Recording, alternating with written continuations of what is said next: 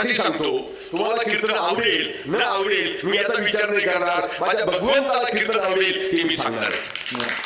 तुम्हाला तुमच्या आवडण्याचा विचार मी करणारच नाही, अजिबात नाही करणार. कोणाला कसं वाटू द्या, मला त्याच्याशी काही कर्तव्य नाहीये. मी काय भाडोत्री बाबा नाहीये, तात्याला माहिती आजी बिलकुल नाही. मी माझं जीवन आहे, मला भगवंताने कोरोनामध्ये वाचवलं, तुम्हाला नाही वाचवलं वाटतं. कोरोनामध्ये भगवंताने मला वाचवलं, तिथून पुढे मी एक निर्णय घेतला, आता माझं जीवन हे माझ्या भगवंता करता आहे. बस नको, तुम्ही मला वाचवायला येणार नाही.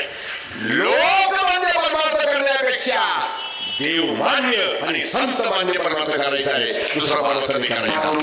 चाटा सुटा मारून लोकांना फसवता येईल, बांधायचा फेटा मारायच्या चाटा सगळं करता येईल, पण मी तुम्हाला खरं सांगून जातो, जोपर्यंत तुम्हाला आणि मला जोपर्यंत ब्रह्म साक्षात्कार होत नाही तोपर्यंत या मृत्यू लोकांमध्ये काळानं ठोकलेल्या खुट्याला त्या दावणीला बांधणारे दोन पायाचे जनावर आहे आपण.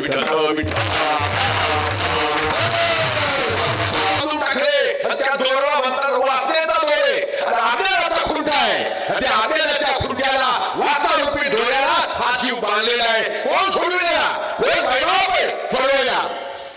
कीर्तन तुम्ही ऐकाल, मोठमोठे बाबा लोक आणाल, मोठमोठा खर्च कराल, पण तुम्ही तुमच्या कुडीतून मुक्त कसे व्हाल याचं ज्ञान तुम्हाला या व्यासपीठावरचा कीर्तनकार नाही सांगणार.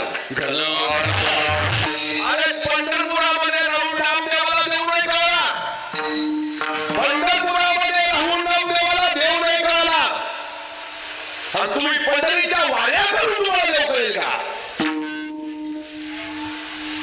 त्याचं मन निर्मळ नाहीये, त्याचं अंतःकरण निर्मळ नाहीये, त्याचे विचार निर्मळ नाहीये. अरे काम क्रोधाने शरीर भरले, कसा काय देव भेटायचा? संतांच्या बैठकीमध्ये संतांच्या नामदेव सापडला.